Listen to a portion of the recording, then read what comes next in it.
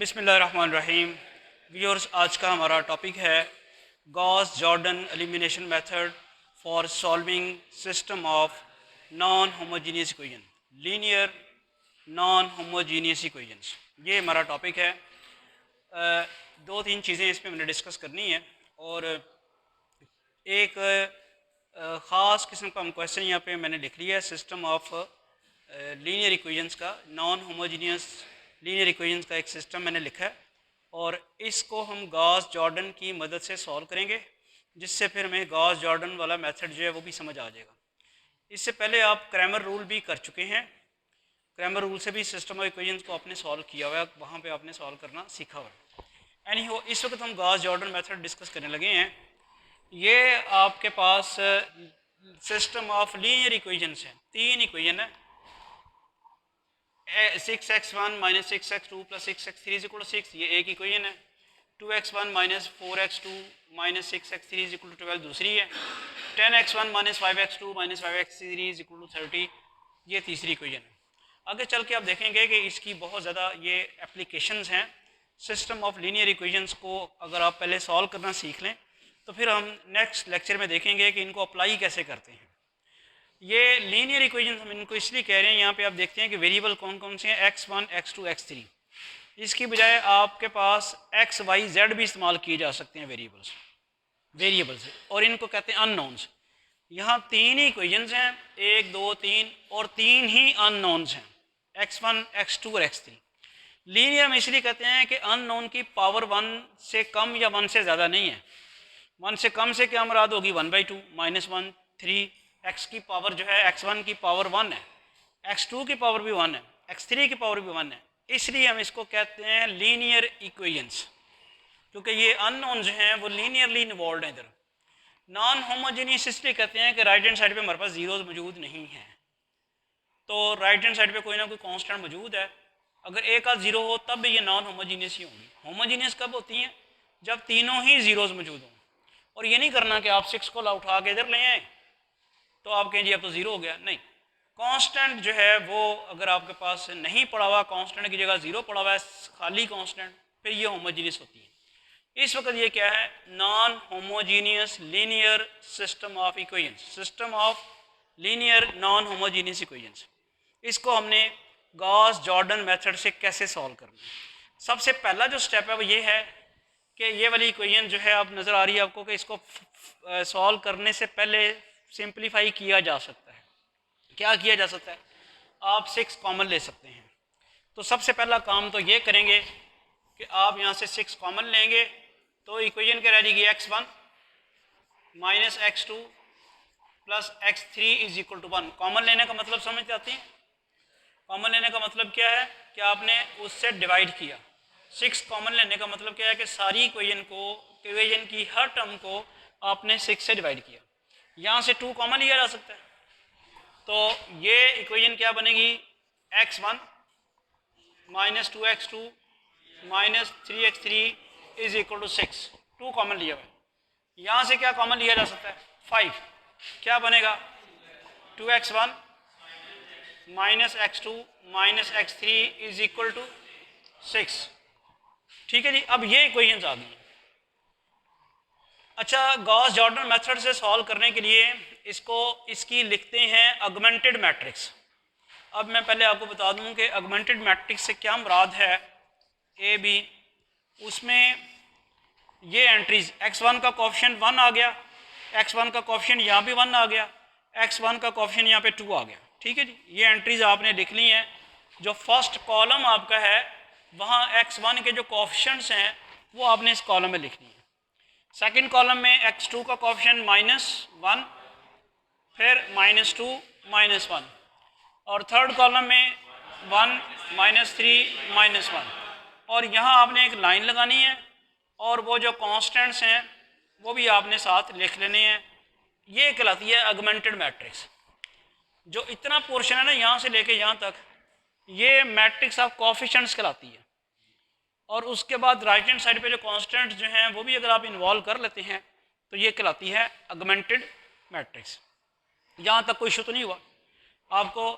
System of non homogeneous linear equations का भी पता चल गया कैसी होती हैं, जिसमें वेरिएबल जो हैं उनकी पावर 1 ही हो और नॉन होमोजीनियस कांस्टेंट टर्म्स भी मौजूद हों, तो ये नॉन होमोजीनियस हैं। उनको आपने मैट्रिक्स फॉर्म में कैसे लिख लिया, ये मेरा ख्याल है आपको सबको पता चल गया। ठीक है, अगला काम है इसको रिड्यूस्ड एशेलन फॉर्म में कन्वर्ट करना, रो ऑपरेशंस करके, ओनली रो ऑपरेशंस। यानी आपने क्या करना है, रो ऑपरेशन जो है आपको पता है रो ऑपरेशंस कितने किस्म के होते हैं। मैंने किसी लेक्चर में रो ऑपरेशंस लिखे हुए हैं, वो डिस्क्रिप्शन में मैं डाल दूंगा आपको। क्या होता है रो ऑपरेशंस? एक रो को किसी रो से मल्टीप्लाई करके दूसरी रो में ऐड या सबट्रैक्ट करना, एक रो को मुकम्मल तौर पे किसी नंबर से मल्टीप्लाई या डिवाइड करना, ये आपके, और या फिर तीसरा क्या है, रोज को इंटरचेंज करना। टोटल 3 रो ऑपरेशंस हैं। अभी हम जब क्वेश्चन सॉल्व करेंगे तो उन रो ऑपरेशन में से जो रो ऑपरेशन इस्तेमाल करेंगे वो आपको समझ आ जाएगी। इसको रिड्यूस एशेलन फॉर्म में कन्वर्ट करने के लिए आपने इस मैट्रिक्स को आइडेंटिटी मैट्रिक्स बनाने की कोशिश करनी। आइडेंटिटी मैट्रिक्स से बनाने की कोशिश में क्या करना है कि यहाँ 1 हो और इसके नीचे सारे 0 बनाने हैं, फिर यहाँ 1 बनाना है और इसके नीचे 0, फिर यहाँ 1 बनाना है। तरतीब ऐसे ही रखनी, याद आपने, पहले यहाँ 1 बनाना है और उसके नीचे सारे 0 बनाने हैं, फिर यहाँ 1 बनाना है उसके नीचे 0 बनाने हैं, फिर यहाँ 1 बनाना है और इसके ऊपर 0 बनाने हैं। ये 1 पहले ही बन चुका है, इसके ऊपर 0 बनाने हैं, तो ये आइडेंटिटी मैट्रिक्स बन जाएगी। लेकिन ज़रूरी नहीं कि हर दफ़ा बने, हमने कोशिश ये करनी। रिड्यूस एशेलन फॉर्म आपके पास वो आएगी, रिड्यूस एशेलन फॉर्म। ज़रा चेक करते हैं कैसे।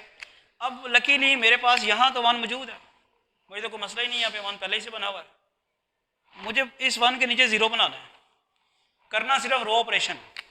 सबसे पहले आप वो रो ऑपरेशन लिख लें और उसके बाद आप सॉल्व करें। मैं अगर रो 2 में से रो 1 को सबट्रैक्ट करूं तो बड़े आराम से यहाँ पे 0 बन जाएगा। मैंने कहा था ना, रो ऑपरेशन में क्या कर सकते हैं, एक रो को किसी रो से मल्टीप्लाई करा के दूसरी रो में ऐड या सबट्रैक्ट कर सकते हैं। अब आप कहेंगे जी मल्टीप्लाई तो कराया नहीं।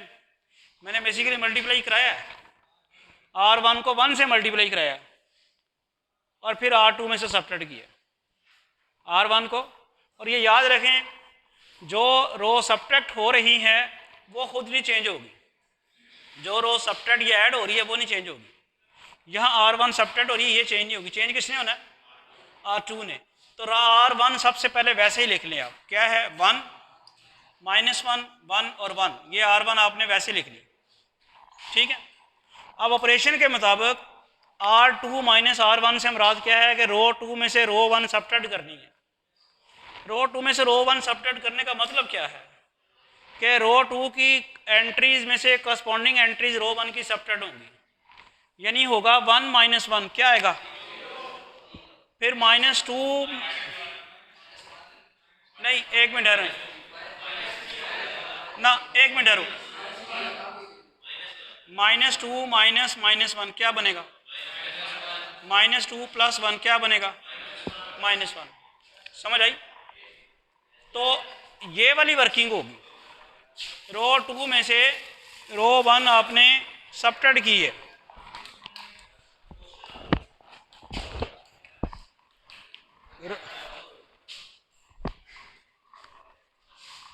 रो 2 में से रो 1 आपने सबट्रैक्ट की। रो 2 ये है, -2 में से -1 सबट्रैक्ट किया, वो +1 हो गया, -2 + 1 क्या हो गया, -1। तो इसका मतलब है यहाँ पे एंट्री जो आएगी वो क्या आएगी, यहाँ पे एंट्री आएगी -1। फिर उसके बाद -3 - 1 वो आ गया -4, 6 - 1 5। ठीक है जी, सक्सेसफुली इस 1 के नीचे 0 आ गया है। अब यहाँ 0 लाना है, तो दूसरा ऑपरेशन करें, क्या लिखेंगे, रो 3 -2 रो 1, यानी आप क्या करेंगे, रो 3 ये है, ये रो 3 है, रो 1 को 2 से मल्टीप्लाई करा के इसमें से सबट्रैक्ट करेंगे तो क्या हो जाएगा, 0 हो जाएगा। ये 2 - 2 हो जाएगा ना। रो 3 पहले लिख ली, रो 3 पहले लिख ली, इसको 2 से मल्टीप्लाई कराया, वो 2 आ गया, फिर सबट्रैक्ट किया, क्या आ गया, 0। तो इसका मतलब है यहाँ पे आपके पास क्या बन जाएगा, 0। अगला -2 माइनस +2, ये भी जीरो नहीं हो जाता? नहीं, रो 3 ये है, रो 3 माइनस, इसको आपने सब्ट्रैक्ट कर, इसको माइनस, इसको 2 से मल्टीप्लाई कराना, यानी ये बनेगा ना, ये देखें -1 माइनस, एक मिनट, -2 इंटू -1, ये होगा ना, -1 वैसे रहेगा, इसको 2 से मल्टीप्लाई करा के सब्ट्रैक्ट करना है, वो +2 हो जाएगा, और -1 पड़ा हुआ वैसे ही, तो दिस विल गिव यू 1। फिर उसके बाद -1 और -2 -3, फिर नहीं 4 आएगा ना, 6 -2 आएगा ना, इसको 2 से मल्टीप्लाई कराया हुआ है। अच्छा जी, ये 1 पहले ही मौजूद था, हमें नहीं बनाना पड़ा, इसके नीचे सारे जीरो हमने बना दिए। इसके बाद अब ये 1 बनाना है, बताएं ये 1 कैसे बन सकता है? अभी तक हमने एक रो ऑपरेशन यूज किया, नहीं 2 से मल्टीप्लाई नहीं, सीधा सीधा मैंने कहा था कि आप रो में से नेगेटिव साइन कॉमन भी ले सकते हैं, ये भी एक रो ऑपरेशन है, तो आप रो ऑपरेशन इसमें से नेगेटिव साइन कॉमन ले लें। जब आप नेगेटिव साइन कॉमन लेते हैं तो उसका ऑपरेशन क्या लिखेंगे आप? -1 रो 2, यानी रो 2 को आपने -1 से मल्टीप्लाई कराया। अब इसका इफेक्ट सिर्फ रो 2 पे ही होना ना, और तो किसी पे नहीं होना, तो रो 1 एज इट इज रहेगी, 1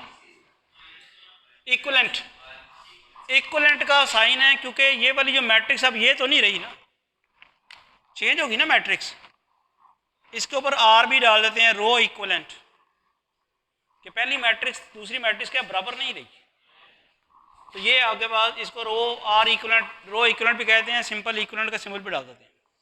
तो हम ये कर रहे थे कि 1 -1 1 और 1 ये वैसे ही रहना है, इसको नेगेटिव साइन से मल्टीप्लाई कराएं, क्या आएगा? 1 4 -5, ठीक है। ये रो तो नहीं चेंज होनी, इसको तो कुछ नहीं किया, उस ऑपरेशन में कुछ नहीं किया हुआ। 0 -3 4, ले जी, पहले हम ये 1 लेके आए थे, इसके नीचे सारे जीरो बनाए, फिर मैंने कहा था यहाँ 1 बनाना है, वो भी आ गया, अब इसके नीचे जीरो बनाना है, इस ऊपर बाद में तरतीब आपने जहन में रखनी है। सिंपली आपने क्या करना है, नहीं R3 माइनस R2, ये जीरो बनाना, इसमें से R2 सब्ट्रैक्ट करेंगे तो जीरो बनेगा ना। इस ऑपरेशन में R1 का तो जिक्र ही नहीं है, तो रो 1 तो वैसे ही रहेगी, 1 -1 1 1, और रो 2 जो सब्ट्रैक्ट हो रही है वो भी चेंज नहीं होगी, 0 1 4 -5। इसको आप इसमें से इसको सब्ट्रैक्ट करेंगे, जीरो आएगा, 1 में से 1 को सब्ट्रैक्ट करेंगे, जीरो आएगा, -3 में से 4 को सब्ट्रैक्ट करेंगे, -7, 4 में से 5 सब्ट्रैक्ट होगा तो क्या हो जाएगा? 9 हो जाएगा। पहले स्टेप में यहाँ मान लाना था जो पहले से मौजूद था, दूसरे स्टेप में उसके नीचे जीरो बनाने थे, तीसरे स्टेप में यहाँ 1 लाना था, चौथे स्टेप में इसके नीचे जीरो बनाने थे, पांचवा स्टेप यहाँ 1 बनाना है। समझ आ रही तरतीब? ऐसे आ रहे हैं, यहाँ 1 अब कैसे बन सकता है?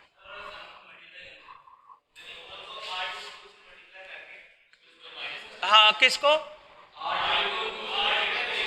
एक मिनट, R2 को एक मिनट, अरे R2 को 2 से मल्टीप्लाई कराएंगे 8 बनेगा, इसमें ऐड करें तो 1 बन जाएगा, यही कह रहे हैं ना आप कह रहे हैं कि R2 को 2 से मल्टीप्लाई कराएं, यहाँ 8 बन जाएगा, और इसको जब इसमें ऐड करें तो 1 बन जाएगा।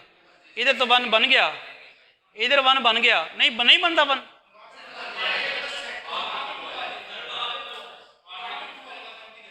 ये बेड़ा गर्क हो जाएगा ना, जो हमारा जीरो बनाया हुआ था वो हमारी मेहनत खराब हो जाएगी। अब आप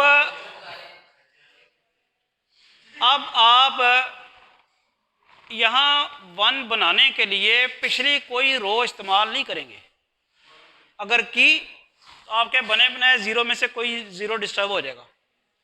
अब एक ही तरीका है कि -7 से डिवाइड किया जाए, और कोई तरीका नहीं, there is no other way. तो उसका ऑपरेशन क्या होगा? वो लिखेंगे -1/7 -7 से डिवाइड करना है। यहाँ आ गया 1 -1 1 1 0 1 4 -5 0 0 1 -9/7। ठीक है, बड़ी तरतीब से हम शुरू हो गए, 1 के नीचे बना के 1 और ये अब कौन सा स्टेप है भला? ये जो 1 आया हुआ है इसके ऊपर 0 बनाने हैं सारे। तो इसके ऊपर 0 कैसे? पहले यहां अगर 0 बनाएं तो कैसे बनेगा? दोनों ऑपरेशन हमने इकट्ठे ही कर देने। अब R1 -R3 1 -0 R1 ये है, इसमें से R3 निकालनी है। 1 -0 1 ही रहेगा, -1 0 -1 ही रहेगा, 1 -1 0 हो जाएगा। अब ये देखें, ये मैं यहाँ पे कर रहा हूँ 1 -9/7, यही करना ना, इसमें से इसको सबट्रैक्ट करना ना। 1 -9/7 क्या बनेगा? 1 + 9/7 क्या बनेगा? 7 + 9/7 क्या बनेगा? 16/7। तो ये बन गया 16/7। तो ये वाला जो 1 था इसके ऊपर ये 0 बन चुका है। अब यहां 0 बनाना है, कैसे होगा? R2 -4 R3 R2 ये है, इसको 4 से मल्टीप्लाई करा के इसमें से सबट्रैक्ट करें, वैसे का वैसे रहेगा। इसको 4 से मल्टीप्लाई करा के इसमें सबट्रैक्ट करें, वो 1 का 1 ही रहेगा। 4 से मल्टीप्लाई करा के इसमें से सबट्रैक्ट करें, 0 आ जाएगा। 4 से मल्टीप्लाई करा के इसमें से सबट्रैक्ट करना है। अब क्या करना है? -5 -4 × -9/7 यही है ना। -5 अपनी जगह ही, इसको 4 से मल्टीप्लाई करा के सबट्रैक्ट किया, ये क्या बन गया? -5 + 36/7 एलसीएम 7 आ गया। -35 + 36 1/7, ये 1/7 आ गया। अब थर्ड रो को हमने इस्तेमाल किया हुआ है, ये एज इट इज रनी है। 0 0 1 -9/7। ठीक है, अब सिर्फ इसके ऊपर 0 बनाना रह गया, बाकी सारा कुछ हो गया।